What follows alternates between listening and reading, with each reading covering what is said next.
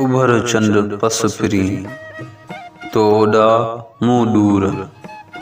सजण सुतावल में चोटा भरे कपूर।